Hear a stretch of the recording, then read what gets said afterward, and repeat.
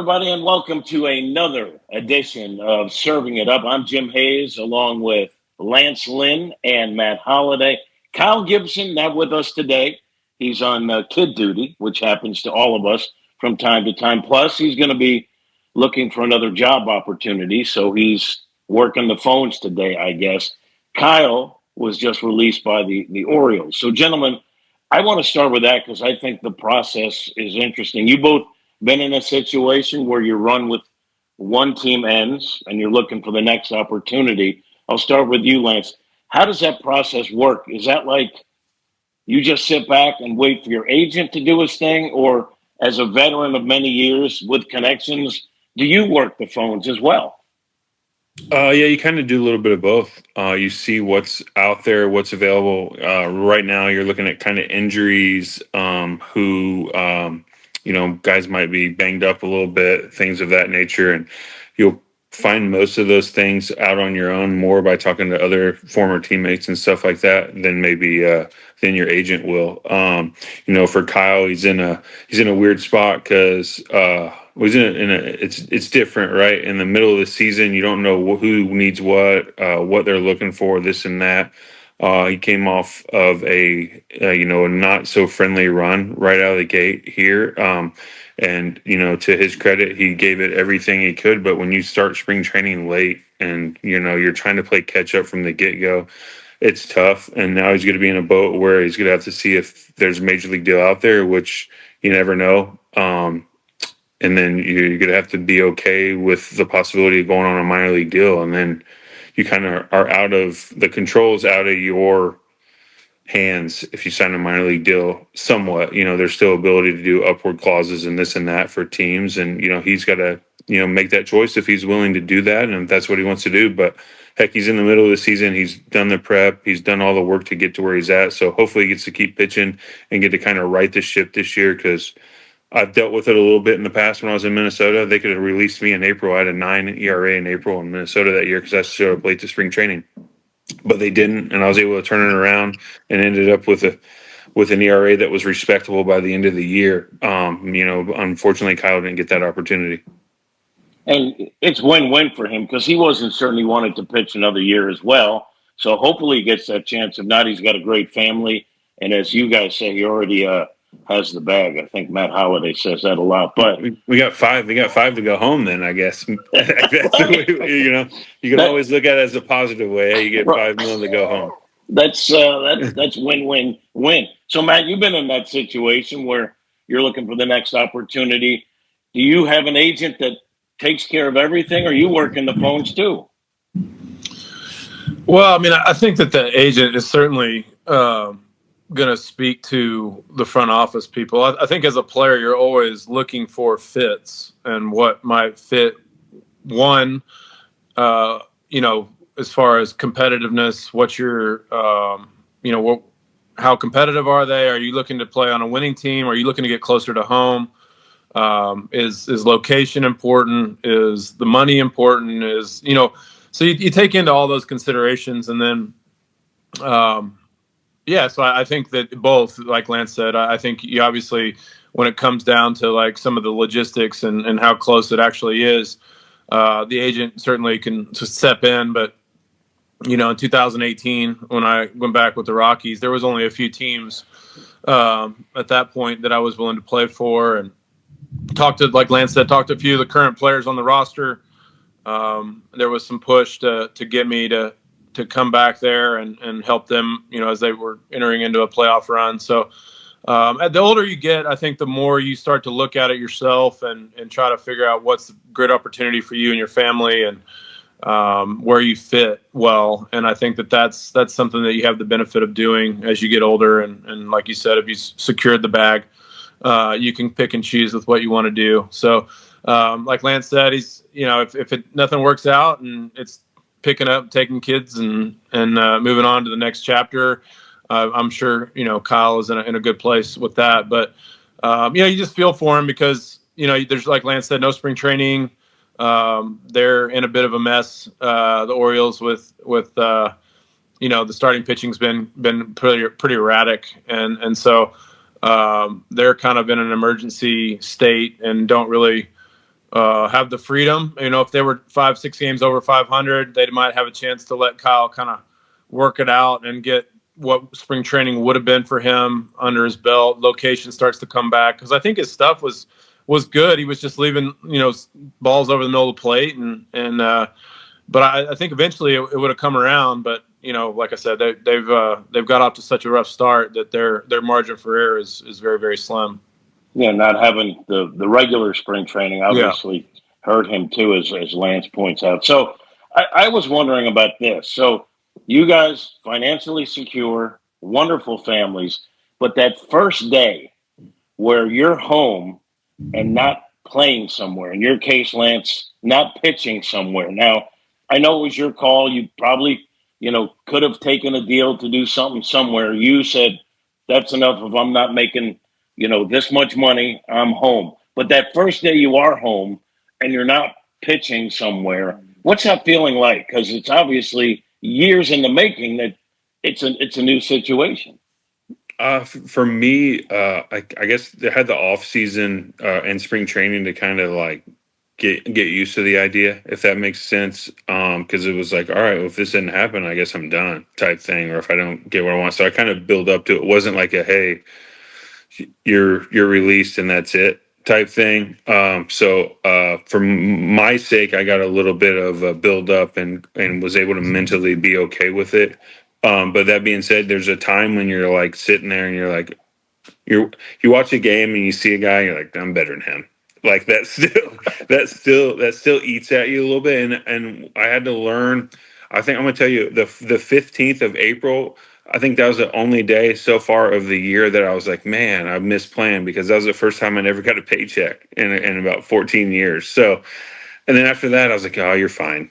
That was it. That was my day. So I had 24 hours where I missed it a lot, and then I was like, nah, you're good. So you just instead went to the app that has your investment statement and were like, oh, yeah, I don't really need that check on the 15th. I called my guy, and he's like, you're fine. Go enjoy the boat, So it was good. Matt, what was that like for you the first day in years that you're on a couch or at the kitchen table instead of playing, knowing that there were other opportunities for you, but at the same time, you're home doing something you haven't done in a while during baseball season? Yeah, I mean, I think that the real part about, because I think like when you're still freshly out of it, or like Lance's case, like you say in your brain, you're like, I can still do it. Like if I want to, like if Lance said, hey, you know what, I changed my mind and I want to go pitch and I can get ready in 6 weeks. Like in our mind, I think for a few years after you're done, you're still like, he said, like, oh, I could do what he's doing, or I could go play if I wanted to. You start, at least for me, like there was still a couple years after I stopped playing where I was like, I could, dial it up and get ready and go play again. But I think that for me, the hard part, or not the hard part, but I think the point where you're like, you know what, I'm done. Like I'm officially done. And like, I don't really think, even if I just don't have the desire to rev it up. And so that's when you're like, okay, yeah, I'm really, really done. Cause I think at least for me, like the first year or two after I stopped playing, I was like, I if the right opportunity, or, if get a wild hair and train and go to spring training and see what happens, I could still do it, still jump in the cage and let a few rip. And you're like, yeah, I still got it. But I think that, at some point you go, you know what, there's no opportunity that would make me want to leave home and go try to make this happen again and manage that schedule again. So, yeah, I mean, I think the probably the weirdest thing for us as a family was the first spring training that we didn't prepare to go to, where like February rolls around and, you're used to kind of that rhythm of life where you up and go to spring training, and then from spring training to the season, and, March rolls around, April, May, and you're still, in the same rhythm that you are the rest of the year, sort of in this off season type rhythm. So, that was a bit of a, adjustment, I think, for our family and for me in particular. But, it's just, on to the next chapter and what that looks like. But when you've done it so long and that competitive spirit and that competition of playing at the highest level, it's really hard to replace anything close to that. So I think you miss that. You miss the competition, but you certainly can replace it with a lot of other great things. Quick shout out to our sponsor, Kovac Mechanical. They've been serving the St. Louis area since 1947. The warm weather's here. You better get the AC checked. So call Kovac Mechanical. They've got the latest technology, best customer service in the business. I can vouch for them. We've dealt with them. We know these guys. Total pros. Air conditioning, heating, call Kovac Mechanical, 636-343-4410. And time for a really dumb question, but got to ask. Matt Holliday, if suddenly, somehow the universe warped and you had to take a pinch hit at bat, say it's for the Cardinals in a major league game right now, could you get a base hit? Like right now without training or hitting? No. I haven't hit in a while.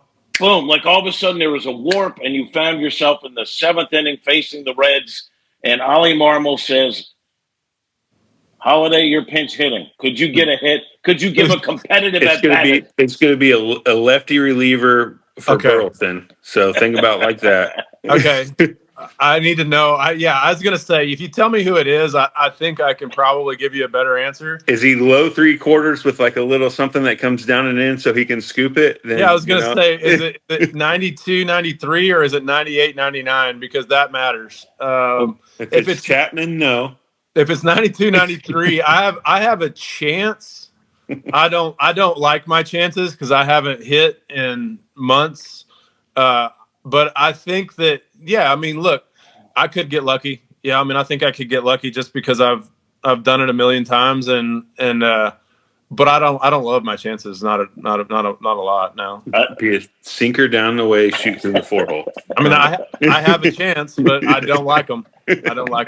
I love your answer. All right, so Lance Lynn, it's a save situation. We're talking 1-out save. The universe warped, right? You're in the bullpen, and Oli Marmol gets up there and he says, "Send in Lance Lynn." Kind of not like when Tony did it. I'm talking about right now. Boom. There was a warp in the universe. You've transformed into a guy in the bullpen. 1-out save. Could you do it right now? No training. The answer will always be yes. 1 out. You can always get 1 out. I was going to say, it's a round ball and a round bat. 1 out. You can trick them so much with one, but they see you that second time. Hello. Yeah. I like it. The round bat, round ball option is always out there. Yep. You just never know. And you throw nowadays, if you throw slow enough, they just don't know what to do with it. Like you're better off backing it off than you are trying to get more. That's like when they put the position players into pitch. You're better off throwing 45 than you are. You can always get 1 out. It's kind of true. The other night, the Tigers went with a position player, and then they released him the next day. And one moment he celebrated, hey, I pitched, and then he got cut loose. But she's not a great sign. Brendan Donovan, right? Brendan Donovan has hit everything, and he grounds out against a position player, right? That's kind of nuts, isn't it? Well, the whole game, everything's geared up for 95 plus. You go in there and you throw anything below 78 that's with or below her, it's like you get in the 60s, it's impossible. Anything that a hitter hits that's below that speed's batting practice, but it's from 45 feet, Matt? Yeah, so I think it's a no-win situation too. You're like, oh my gosh, I can't make an out against this position player. And then it's next thing you know, you foul one off and you're like, this is not good. And so it's then it turns into please don't strike out. Please don't strike out. if he humps up and gets to 84, I might be right by me. Yeah. Did you ever you never pitched? Did you ever say I want to pitch? I remember that was Yachty's goal. He wanted to pitch. Albert wanted to pitch. Did you ever get a shot, and did you even want to? No, I never got a shot. I mean, nowadays where you just lob it, I think when I played, guys were actually kind of trying to somewhat still throw, kind of hard, kind of throw a slider, kind of just, see what would happen, really try to pitch. Now they just lob it. I mean, that doesn't sound like fun. If you said, hey, this is your last, couple weeks and you can get up there and and try to get somebody out, that would be fun. But the lob ball, I don't know. I don't think that'd be that fun. I want to tell this story because Yachty was such a great player and so intense. But when he was, I forget where they were, but it was a game that's out of hand. Yachty's pitching, he's giggling, he's laughing. You know, he's high. He got a guy out, like he goes in the dugout, he's high five. And then after the game, I go to his locker and I said, "Look, I know the result is, unsavory. You're not happy with the way the game went, but did you have fun pitching?"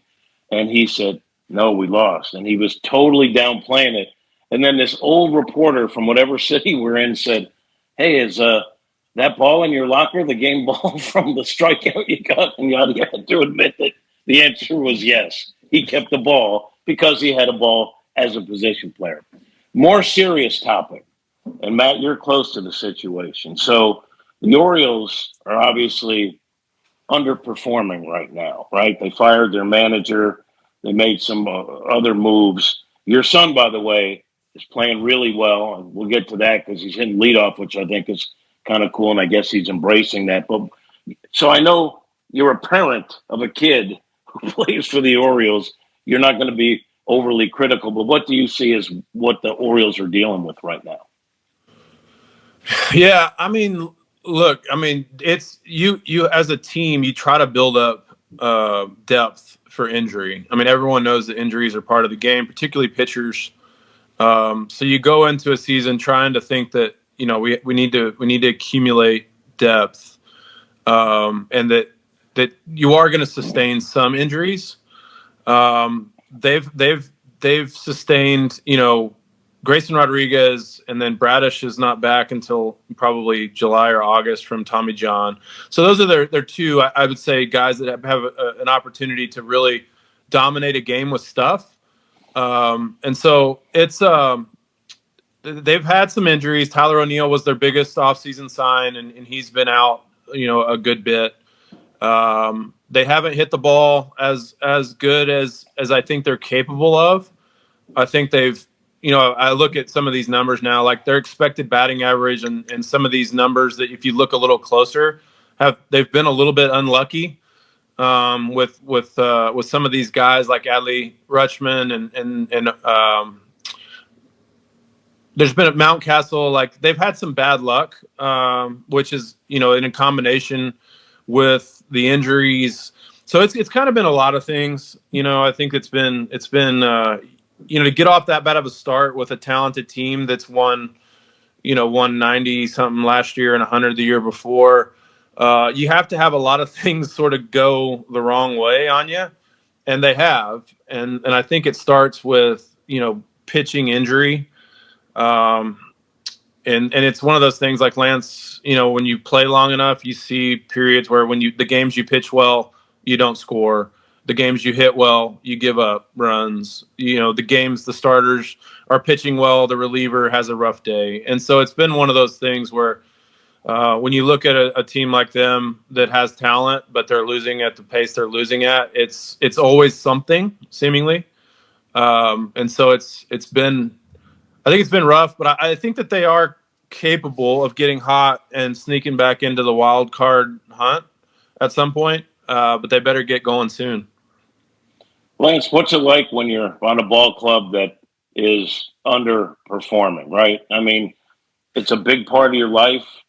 Negative vibes are all around. What's that like? It's obviously it's no fun. The game kind of naturally beats you down anyways, and when you have those flows of injuries and like Matt said, when you pitch well and you don't score runs, when you score runs and you don't pitch well, it's just like every day it seems like something's just kicking you in the dick. To be honest with you, like there's really, and the harder you try, like the bigger the hole gets.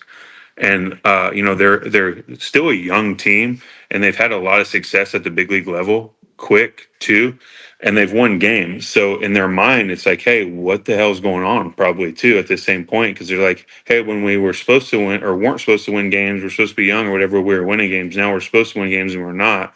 But injuries happen, and when you don't pitch, like everything snowballs. That's the truth of the matter. When starters don't go deep into games, at least 6 innings, and have respectable starts, everything snowballs.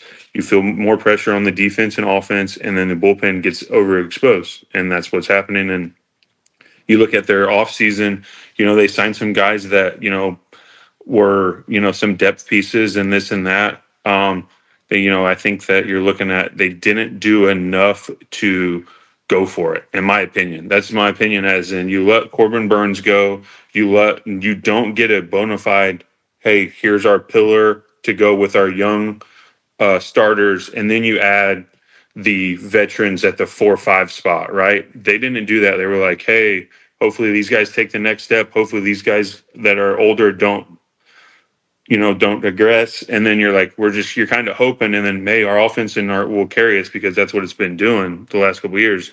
And it just kind of all backfired on them, to be honest with you. And then everybody else is going to take the fall for the lack of, I don't want to say quality roster, because they have really good quality. I think it's just like a championship roster, and it goes with an ace, right?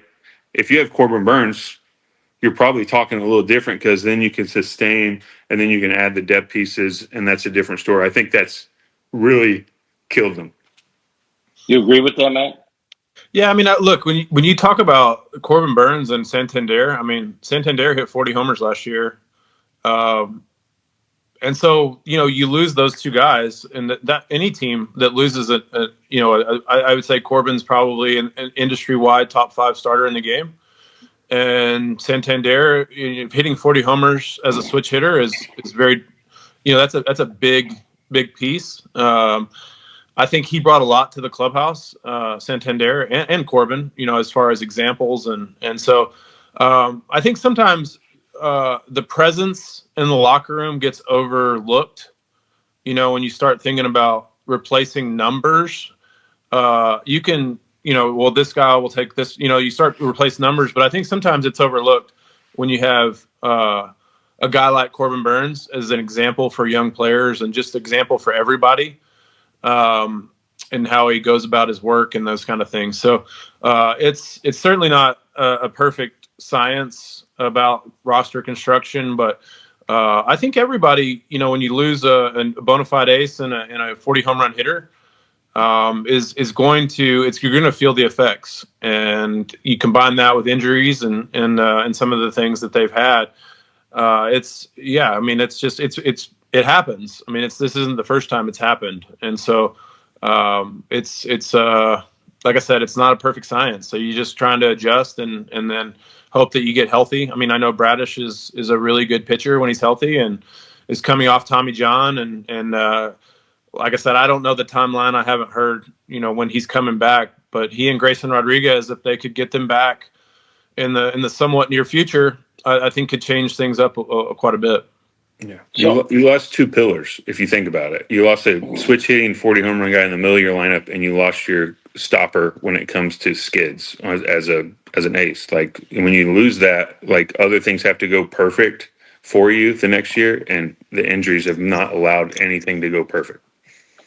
I'm a Tyler O'Neill fan. I think he has a skill set that's really unique. Like, he's really fast. He plays pretty good defense, and he can smash baseballs. But it's been not just one set injury. He's had like a laundry list of injuries along the way, dealing with injuries again this year in Baltimore. So he's a guy, as I recall, he told me that he never was injured in the minor leagues, even with all the weight training. He said people would say, hey, you can't lift that much. You're not going to be durable. And he said he wasn't hurt at all during the minors. Now it's caught up with him. What advice would you give to a guy like Tyler O'Neill to try to stay healthy? And I guess I'll start with you, Matt, if there is advice to give on that. Yeah, I mean, look, he clearly takes care of his body. He eats healthy. I mean, he clearly trains and taking care of his body. A lot of times with guys that get injured a lot, you might say, well, you could adjust this part of your diet that might help, or this part of your training. And I don't know exactly what he does as far as weightlifting and his training and, what extent he goes through. I think that there's some guys that for whatever reason, injuries are part of their career more than other guys. And I don't know that there's always like a, if you change this, it'll work. Or, I think that there are guys that, hey, sometimes you have to back off. You have to let them DH. You have to give them maybe a few more off days than other guys that, you just want to keep them in the box as much as you can. And to me, Mike Trout really comes to mind, where at some point, this is just my opinion. I say, look, Mike, you're going to DH, 3 days a week. You're going to play right field 3 days a week, and you're going to have an off day once a week. And really, I don't need you to beat out infield hits anymore. I don't need you to really steal a base unless we're in the middle of a playoff race. I don't need you to go first to third if it's going to be, I think that you can manage your body and you're exerting your energy in a way that's safer than playing balls to the walls all the time, which I know fans and everybody, that's what you want and you want to see. But at some point, like, having Mike Trout's cleats in the box is the most important thing. And if you can get 145 games out of him in the batter's box because you're DHing him, you're watching, making sure he's not running crazy to where he might, step on the base wrong. Like, I think that's kind of what he did and jammed his knee up.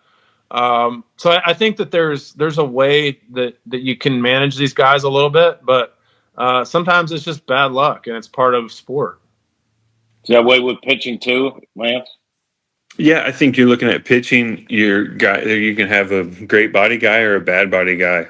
Some guys just stay healthy. That's just the way that their body works with what they've got going on. And I think in all sports, it's the guy that stays out there more times than not is a guy the day that you like, hey, this doesn't feel great, but I don't have to go 100% or throw max effort to be productive today. I can kind of feel my way through this game without breaking something.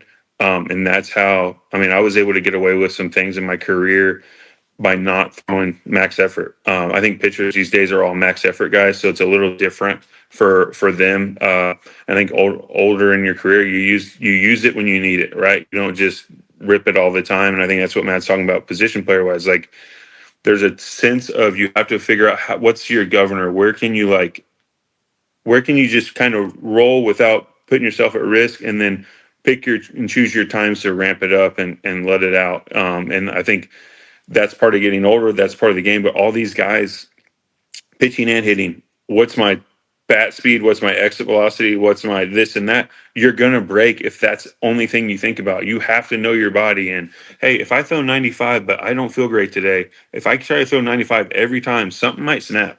So how am I going to get through this game going 91 to 92, and then I can spike at 5 when I need to after I kind of lube it up a little bit as the game goes on, and then your body just kind of takes over for itself instead of pushing through those things max effort, and you're just going to blow old piston because you didn't quite rev it up the way you needed to. Is an easy way to say it. So some guys are just going to break. There really is nothing you can do about it. You can eat healthy, work out, do all this. Naturally, your body's going to break because you're doing something to put pressure on certain things, and eventually something's going to break a little bit. And I guess the main thing is be smart about it, is what you both said. I just remember Albert Pujols or Yachty late in their careers didn't run out of ground ball. There'd be fury among some Cardinal fans. It's like, no, don't you understand? Right? We would like to keep these guys healthy as long as we can, so maybe it's okay they don't. So sometimes a hard 90 is not necessary if you want 3 at bats. Right. All right, so I'm going to go back to you on this one, Matt. If you ever had a stretch where you weren't hitting at all, right? Team's losing, you're not hitting, whatever. If you ever had a stretch like that, how do you decompress from Matt Holliday, the guy who's really pissed off about the way he's playing or the way the team is playing, to dad and husband at home? How do you decompress? Or did you? Yeah, I certainly think perspective of like your big world perspective. It can be, when you're in the middle of it, you seemingly, your life and your schedule is wrapped around, your game, and you're at the field and your performance and that can consume you at times. But I think that for me, leaning heavily on my faith and my family and a world view that is healthy. And I'm not telling you that I got it right all the time, because I didn't. But I think that having a healthy worldview and having a mindset that doesn't get too far ahead and doesn't look too far behind, and is able to, sort of positively and confidently look at like the process and go, okay, I'm not getting the results. I need to address the process, address my mindset, and then, sort of get back to the work, sort of turn the page. I think, that probably is the most effective way to kind of get out of, the grind of it, or the frustration of it. But it's hard. I mean, there's times when you care, which I really cared. I cared about performance. I cared about being accountable to my teammates, and I cared about, the contract that was entrusted to me, and living up to that contract, and the fans, and those things did matter to me. And so I think there's times when that really matters, that it can be difficult to not let it take it home, and not get too frustrated with it. So it's easier said than done in my case. But I think, like I said, I think hopefully, my worldview and your faith and your family can help you keep a proper perspective. How about you? How did you manage those times, Lance? They're always tough, right? Because you're failing and you're not helping your team win and stuff like that. So for me, I try to like compartmentalize where when I went home that was there, and I'm here now. You have to have your moments where you can decompress and do something like that, where you can kind of get away from it all the way around. There was times where, where I was like, hey, or especially on off days on the road, like I need to go play golf and get away from the game all the way around, right? So try to find little things. So you have your family time, and then you have baseball time, and then you had to find a little bit of time for you to kind of just be away from everything. So that was my mindset. Where I was at was the moment I was in, and then I can bring back to the game when I get back to the game, and then I can say, hey, you have these things, right? So take a deep breath and go play the game, right? It is a game.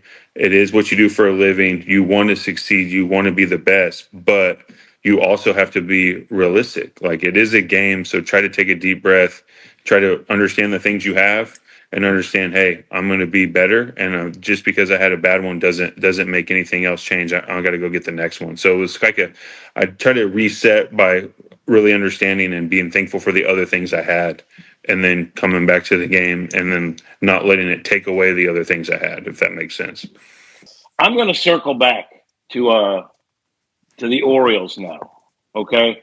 Because your son Jackson is playing very well, and he's now the leadoff hitter. I know he's been hitting leadoff 8 out of last 9 games. Has he found a home there? Yeah, I mean, I think that's probably where he'll be moving forward, except maybe against lefties, or maybe a tough lefty. I think that it's been a good fit. He played really well there in spring training, and so I think the idea of having Gunnar, who had been hitting leadoff, the idea of having him maybe in a little bit more of a run producing role, hitting second or third, it seems to be the strategy now. So yeah, I mean, I think for the foreseeable future, I think that's probably where he's going to be. Lance, you just had to move. I was just wondering why you decided to be mobile there.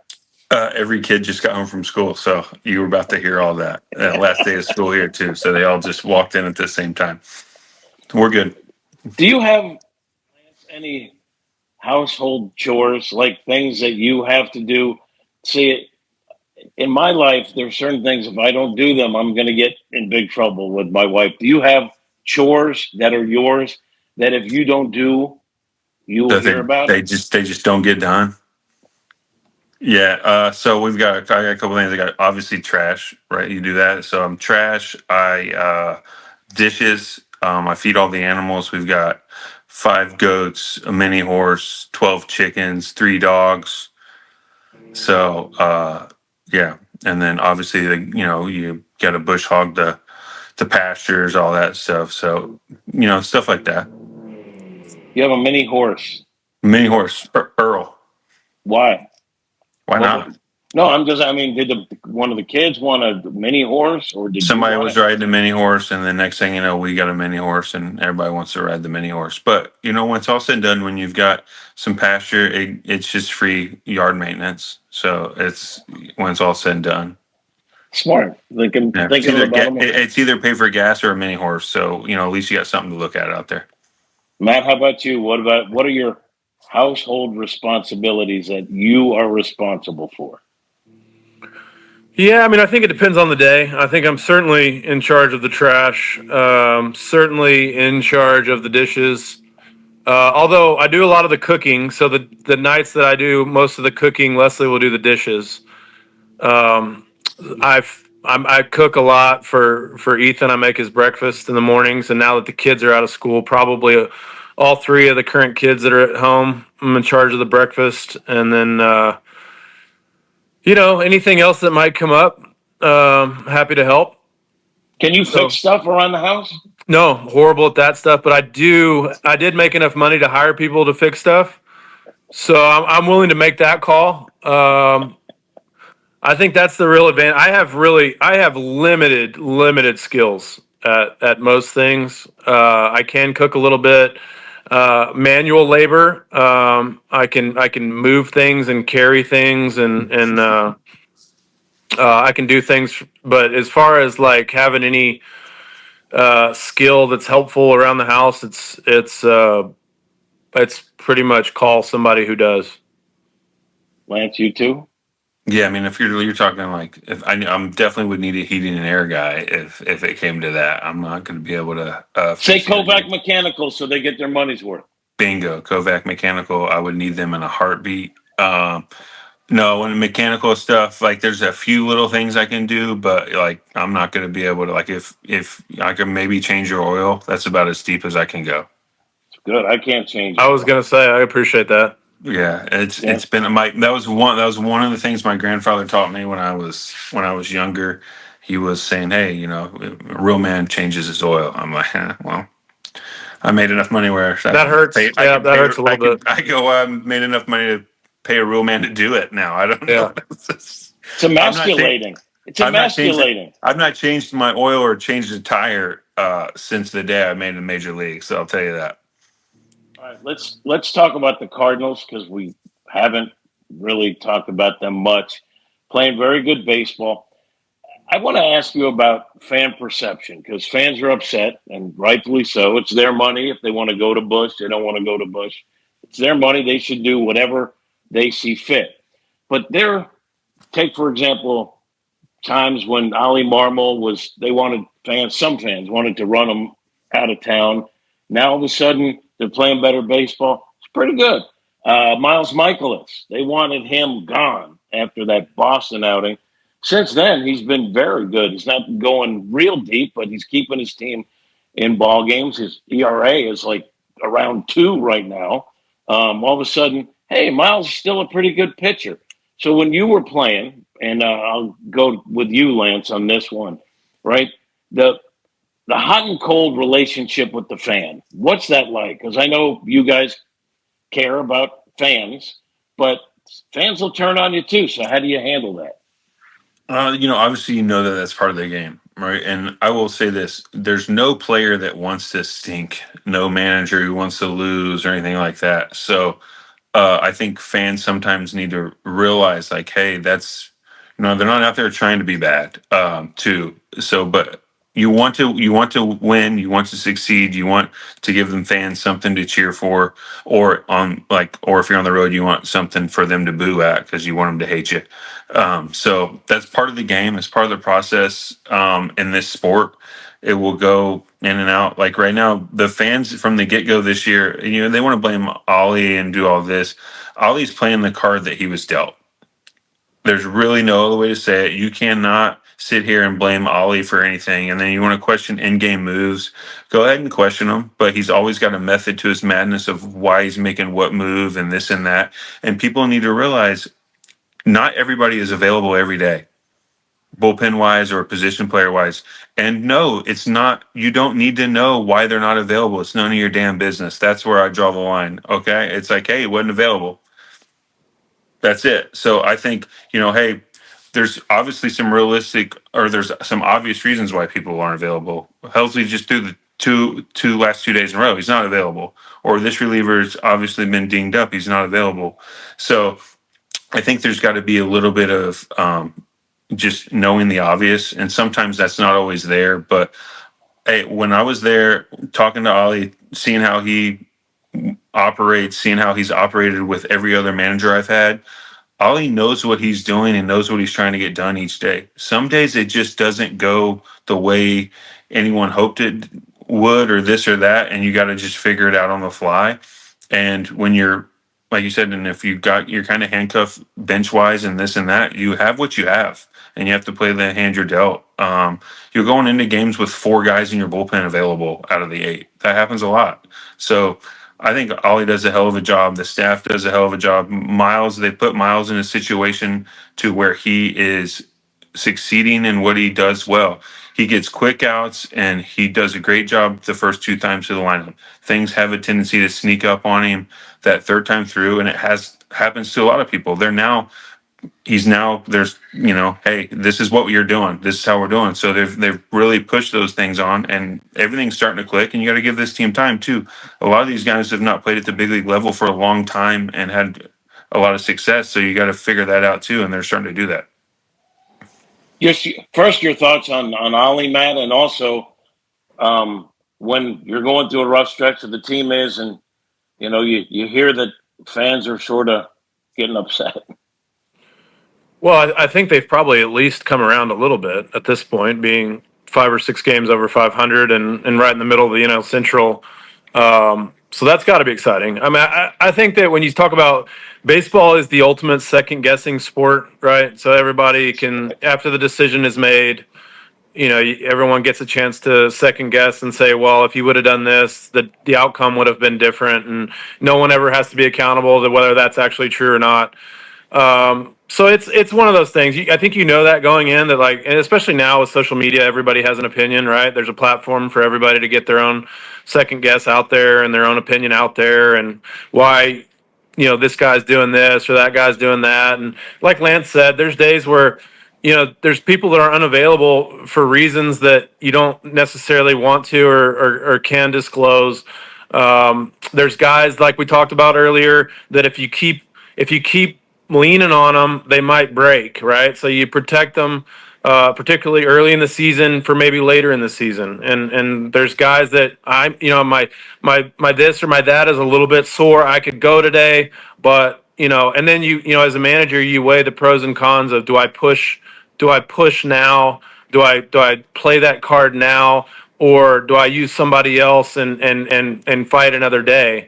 And so I think that that's all part of managing. And then you have this group of fans that don't trust you and that you're making the right decision, and they don't know the ins and outs of what's going on inside the clubhouse or how their family life's going, or there's just so many things that go into 162 games that that you can't really share, that fans don't really know.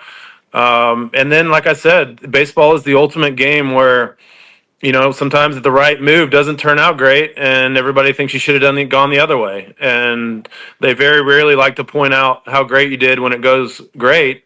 But as soon as it doesn't go the way that you had hoped, everybody, like I said, has a platform to tell you that was the wrong move. And so I would imagine, I know you guys aren't big into social media. I'd imagine if you're a player, Oli, manager, coaches, you try to block out that stuff and not entertain the unwanted feedback from social media. But you have friends, family, right? Lance, you hear about stuff, don't you? Even if you're not browsing Twitter or looking through Facebook as well, you hear about stuff, don't you? Yeah, you're always going to hear something. There's always that negative reporter that talks shit too. So you just got to learn over the years. Like people that aren't with you every day and know what you're going through, you want them to enjoy the game and all that, but they can't matter up here. They don't matter in there because they're not a part of it. They don't know exactly what's going on. They don't know, what you're dealing with physically, what's going on anywhere ever, and they can make like say whatever they want online and get their 2 seconds of whatever makes them feel good. But it's like I always tell this to someone, like, hey, what are you doing? Like, hey man, what if that guy has a bad day at work and we blew him up online because he didn't finish whatever he was supposed to start that day? And they would be like, oh, well, that's not the same. It's exactly the same, really. It's just that no one cares that they suck today. Everyone cares that we suck. So that's just the way that it kind of works. And that's the beauty of this game, right? We get paid a lot of money for people to talk shit to us. So you hear it, you let it go, and then first and 15th, you enjoy yourself, and they don't matter. Did you ever That's let simple, any of right? that? I get it. Did Matt? Did you ever let any of that stuff get to you?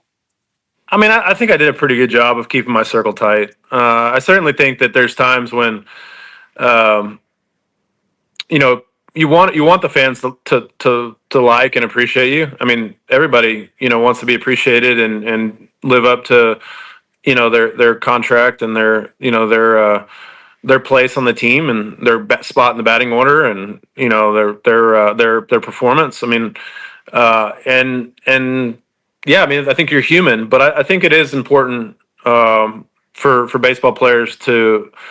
I mean, look, social media is part of our culture now, and I don't think that these young guys are ever going to like totally get off of it. But I do think that they need to be careful and letting, like Lance said, opinions of people that have no, they can't add to your life. They can only sort of get in your head or make you think things that aren't true. Or so I think it's a very slippery slope in today's day where everybody has a platform and guys use their platform to make financial gain and to use their platform to get whatever message out there they want to get out there. But in doing that, you also expose yourself to a lot of people that don't like you and they don't want you to do well, and they're going to say things that they know might upset you or get in your head. And so it's certainly an interesting time for players and dealing with the social media. And you brought up Facebook. I didn't know if you were going to include MySpace and all the other things that you're on, Jim. But Jim. I think I have it's tricky. Do people get on your MySpace page, Jim, and I criticize have you? Twitter. I have Twitter, and I have YouTube. That's all I got. Oh, And the truth is, I agree with you because negativity gets clicks, so people tend to be more negative. There's no question about it. I've also, as an adult, come to the realization that 90% of what I read on Twitter probably isn't totally accurate, right? And there's agendas all over the place. So I think I'm smart enough to sift through it. The only thing that's good all the time on social media are pictures of my dog Stella. yeah. And I tweet those out a lot too. So I think we're right.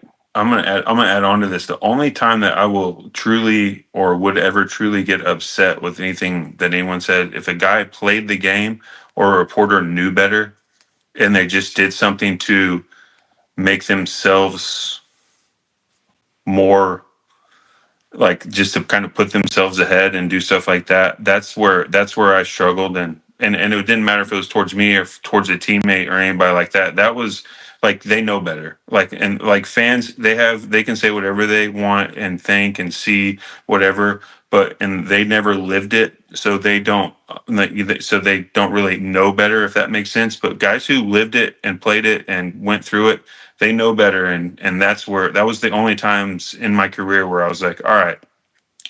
And then I would make sure I talked to that person. but that was it. Like fans say whatever they want. Like they're seeing things through one lens and they got to make their own assumptions of it. But people who played the game and been around it and been in clubhouses, traveled, done all that, and then they want to pop off like they did it perfect is a struggle for me. Most Cardinal fans are great, in my opinion. I mean, my life is being around people who know the Cardinals or Yeah. might reckon, but there's a difference with the negativity on Twitter, and you have to be able to differentiate that. At least my opinion. I think you guys have some in common.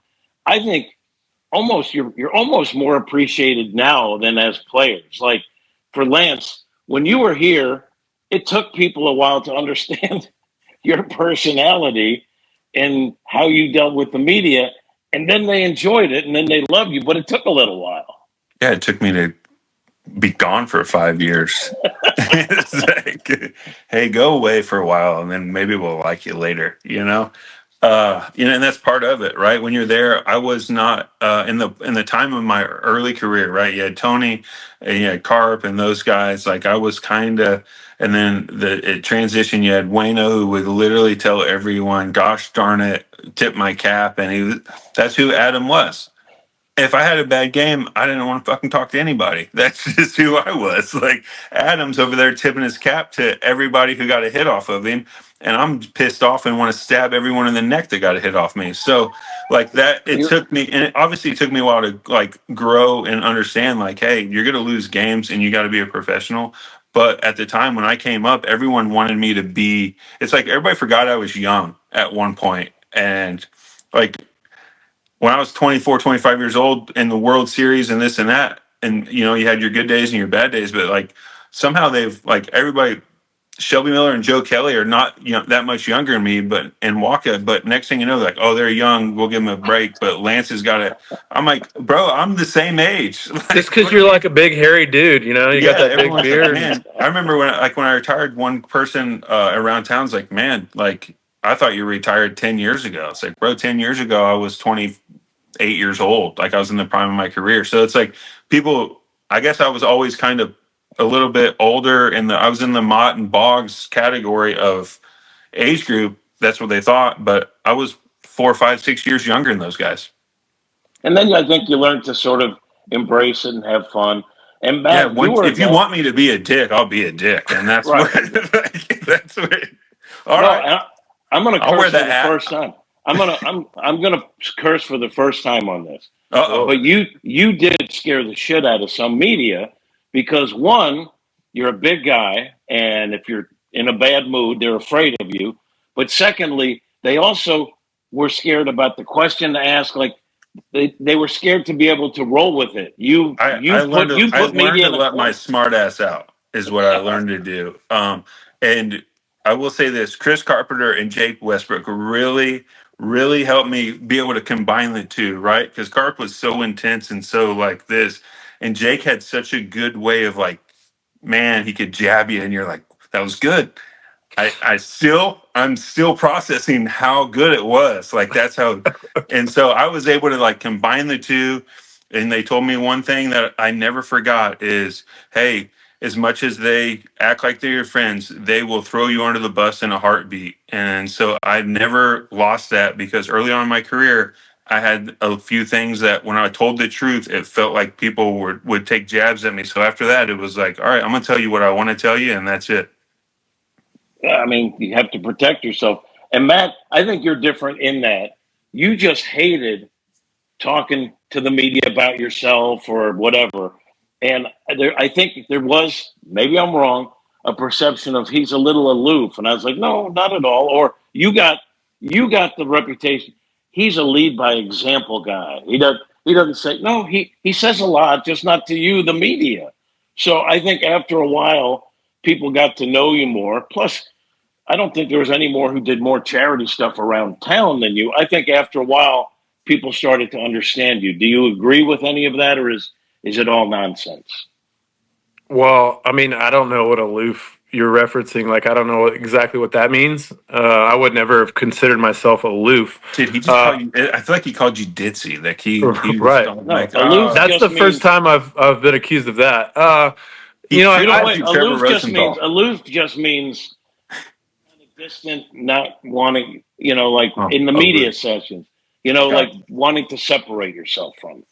well, yeah, I didn't handle it probably as good as I should have, but I think that there's times when you're grinding the season and you spend so many hours there and you get to the end of the game and the questioning, the line of questioning, at times could be repetitive or obvious. And I did, like I said, I'm not proud of every post game I ever gave. I enjoyed probably more of like the pregame banter of talking and, more about like, yeah, I mean, look, like I said, there's times where you're whatever's going on, with how you feel about the game or what's going on that you don't really want to talk too much with the media, and it's it's an everyday thing, or I think there was times where Lance, I'd be interested in what you thought, where it seemed like the media was just hanging out, and if you were one sitting close to your locker, like they just came over and started asking you questions because you were there, and so nobody wanted to be around them. I And think it's like, people don't understand there's some annoyance at times. And it's yeah, not, like, pregame, you wasn't guys are everybody? just hanging out because the clubhouse is open and everyone's just chilling, listening to your conversations and trying to get a piece of information. And, they're kind of sticking their ear out. And, if you're sitting at your locker or you don't seem to be doing something, like you're available. So like, we'll take it. So they come over and you get the standard line of questioning of the dumb questions, and then that's when you're like, you know what? That's why nobody's in here. Like, there's nobody in here for you to talk to because you have no point of being in here. And I think that was where me and some others would get frustrated. Is like, look, if you have an angle and you want to talk to me about something or you have a story to write, but I don't want to be like your guy because you have to put something in the can, as you like to say, Jim. I'm not just going to be your easy can, and I felt like at times I was your easy can. This was an attack on me No, then. All right. no, So no, no, no, no. But I do feel like that you would try to get an interview with me and put it in the can. It's just buddy. He was buddy guy. listen.